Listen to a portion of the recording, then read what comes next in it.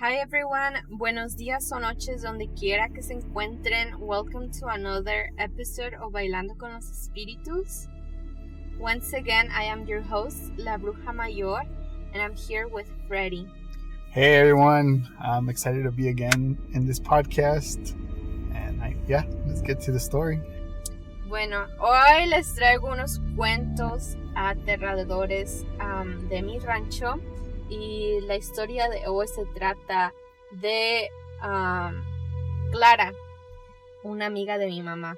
And the story begins in my rancho when I was around 9 years old. And pretty much my mom invited her friend Clara to come and have dinner with us. And she was, having such a good time. And then there was this moment when she just got so freaked out. And she started telling us the story. So, first of all, I'm going to first tell you about a game that en el rancho se juega mucho. Mm-hmm.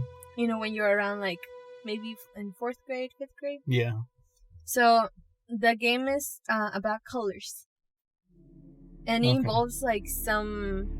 I guess with the colors you're calling the spirits. So it's so weird. Okay, so from my understanding, you set the colors in a specific way, and then you play around and you go around the colors, and it's like the Ouija board game, and you ask for the spirits to come and help you or do something for you or answer your questions. And I remember just vaguely that when I was around 2nd grade or 3rd grade, I would, during lunchtime, because all the teachers would just get together and go to the principal's office, so no nos están cuidando. And the little kids would stay in the little classroom because we only had 7 little classrooms in total. So it was 1st until 6th grade, and then it was the principal's office. So it was a pretty small school. It was then. really, really small. Pues es un rancho. Yeah. Which makes sense. Yeah. And so 4th graders se encerraban. They would just go into the classroom, lock themselves in there, and start playing with the colors. And I remember, because it was so weird to me, so I would just try to see through the windows what they were doing. And I remember seeing a bunch of colors tirados en el suelo, but I never knew what it was. And when I was 9 years old, that's when I was in 3rd grade. That's when you're in 3rd grade. Yeah. So that's when I learned about this game with los colores through Clara, my mom's friend. Y esta señora, en ese entonces in the dinner, she told us that when she was little, that she played those games too. And there was this instance when, so you gotta know that the teachers don't live in a rancho. They come from the main town and then drive 1 hour to 45 minutes to a rancho. So if they don't come, pues, there's no class for you. And we don't have substitutes, so si no vienen, pues ya. Tampoco, no hay clases. No hay clases. So, when she was little, Clara was little, she would play these games, and there was this time when they got together, ella y sus amigos, and they asked the game to not let the teacher come, so they wouldn't have class. So they were please, don't let him come, because we don't want class. And the game, or whatever it was, the spirit, I don't know what it was, said, okay. And the teacher didn't come, so they didn't have class. So the next time that they played again was the next day, porque they're oh, ya nos gustó, we don't have to go to class anymore. And the next day they had learned that he got sick, that's why he couldn't go. Y esta vez le dijeron, please don't let him come ever again. Damn. And the game made their dreams come true. And the teacher got really sick and he died. Like, it was very sudden and he died. Like, they didn't know of anything, or just no one knew. Like, he didn't have any health problems or anything? No. It was just all of a sudden? Yeah. What? Yeah. So, fast forward to when she was older. I guess something happened in that time, pero no nos quiso decir exactamente what it was. Mm-hmm. And when she got married and she was pregnant. Se movió a otro small town, so she was no longer in the rancho. And she always had that guilt that it was her and her friends that played that game that killed the teacher. Mm-hmm. So, like, she always had that guilt. That, you know, cuando tuvo a su bebé, when she had her baby, there was this spirit that presented to her as a tall man. Like a shadow, or? She said that it was very realistic. It was like a normal person. Just a guy that came to her. Y le dijo, Clara, I am here for the soul of your baby. Because you know what you did. And I'm here to collect. Wow. This is like real. I'm listening to Clara's story and I'm like, oh my god, you better not have brought this spirit to the casa because I don't want to get scared. And so she pretty much was telling us que ese señor se le aparecía every day. Every day. So he was following her. Yeah. He was right next to her, asking her to give up her son's soul. That was like the deal? Yeah. Like when you sell your soul to the devil, no? Yeah. Dijo, we helped you.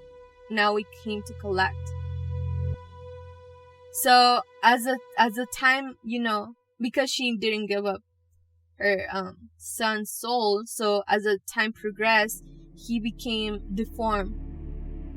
He became uglier. He actually became like a monster. The person that was following Clara, right? Yeah. So he started as a normal person, and then he ended up being like some type of monster. Nasty. Y se le aparecía en las noches. So she would be like waking up in the middle of the night porque estaba la presencia ahí, right next to her in her bed, waiting for her to give up. So nunca estaba en paz? No. So she kind of went a little bit crazy. Y en el momento que se le aparecía, she was like, it's not real.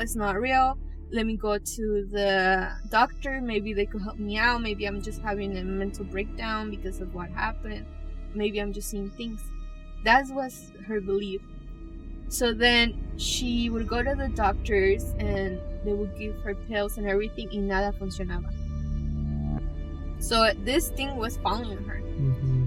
So she tried to move houses and places, and still this thing would come and, you know, try to talk to her and tell her to give up her son. Cuando le decía ya a su esposo, he was like, I don't know, like, I don't know what else to do. I'm taking you to the doctor. We moved a couple times, like, I don't know what else to do. They actually reached out to the priest as well, y nomás no se salía. La bendició sus casas, y todo y nada. And ya sabes que en México hay supuestamente brujas blancas. Brujas blancas. ¿Qué es eso? Son, I guess, white witches are the good witches.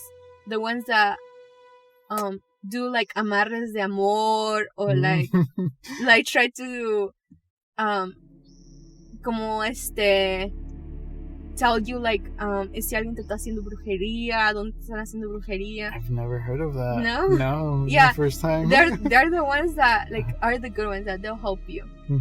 The evil witches or the brujas negras are the ones that do the evil stuff, like que si quieres que le pase algo malo a alguien and stuff like that. Yeah, you know.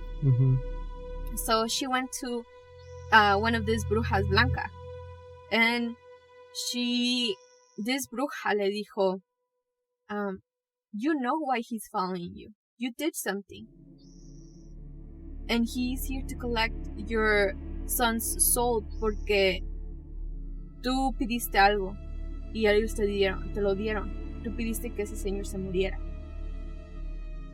And she was like, I never said that. And they were like, well, that's what they got from that. And then she was like, what do I do? And it's like, you have to give up your son's soul.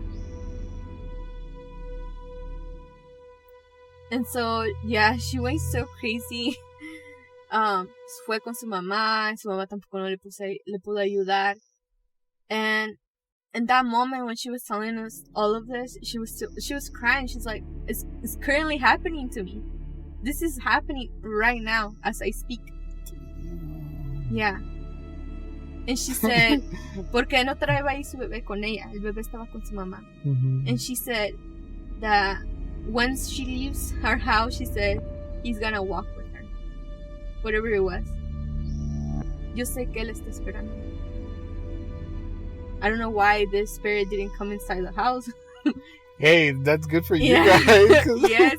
Yeah. But she said, he's waiting for me. He's waiting for me to walk. The ghost is a gentleman. Yeah, dude. Lo estaba cuidando. Bodyguard. Yeah. You don't have to pay for one.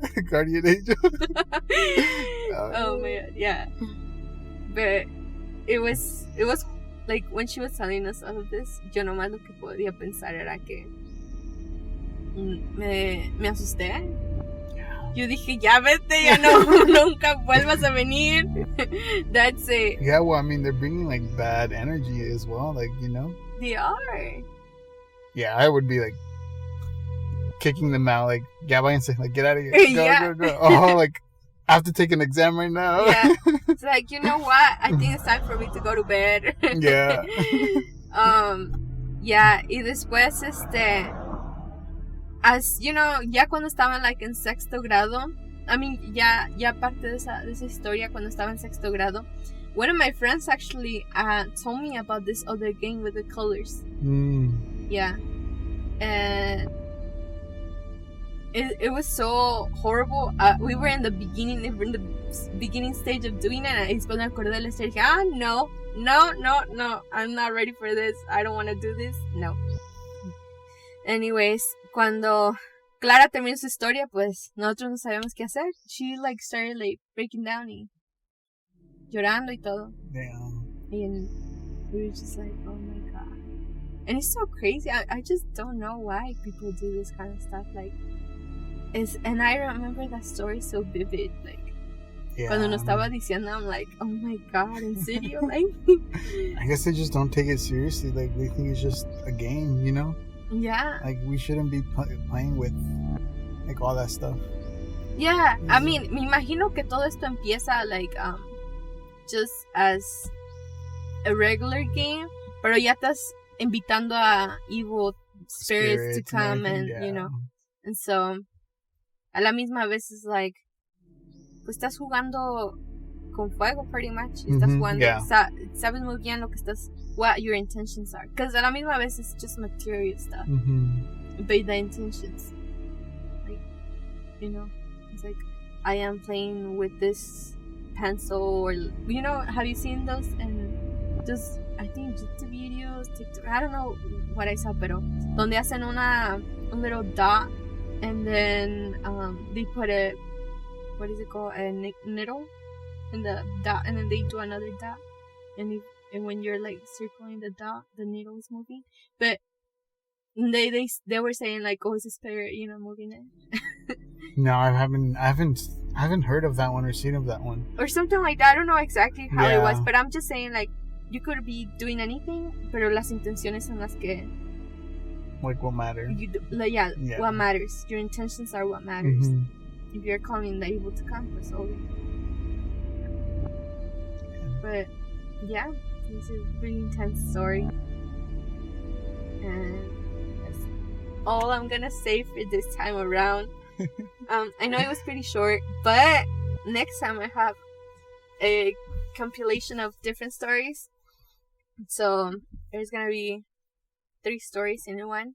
Ooh, a mega episode. Yeah. And I'm super excited porque pues se trata de brujas y lloronas. I've always been scared of La Llorona, even though it's like... Oh my god, I have my own version of La Llorona. You do? What I learned. Yeah. Okay. So we're gonna talk about that. Yes. Yeah. There's like this completely different version of what I grew up with. And cuando escuché la original, I was like, what? I guess it kind of evolves like from each like little regions. Yeah. Maybe like different stories or different encounters. Like they claim that they encountered La Llorona. Yeah. So like the one I learned no tiene nada que ver con agua. There's nothing really? Water related. No rivers ni nada. Really? Yeah. I'm so excited to tell you that one. Yeah, I'm excited. It better be better than the movie that came out. Oh my god. You saw? Oh, that was terrible. That was a bad movie, but it was kind of like funny bad, you know? Oh my god, no pude creer. Toda la película nomás me estaba riendo. I'm like, what is this? Like, they started with such a good scenes de antes y todo, y después entraron a que estaban en Los Ángeles. I was like, what? Like, why? Like, how? ¿Sabes? La Llorona viaja por donde quiera ya. She got her papers. Yeah, dude. Oh my god. Anyways, I hope you guys liked this episode. Let me know in the comments what other stories you have heard when it comes to games. What other things people use, or say any random encounters, or not random, but like some of your guys' stories or experiences that have like some paranormal activity behind it. Yeah, I have an email, so I'm just gonna put it in my description, so you could just go in there and you could write to me. You could write your own stories, and I'll make sure that I tell your story here in this YouTube channel. Yeah. And I hope you really like my stories. I'm telling you, I'm very traumatized with so many stories, but I'm super excited to share them with you now. And so, yeah, that's the end of the episode, and I hope you liked, and I hope to see you in the next one. Thank you. Thank you. Bye.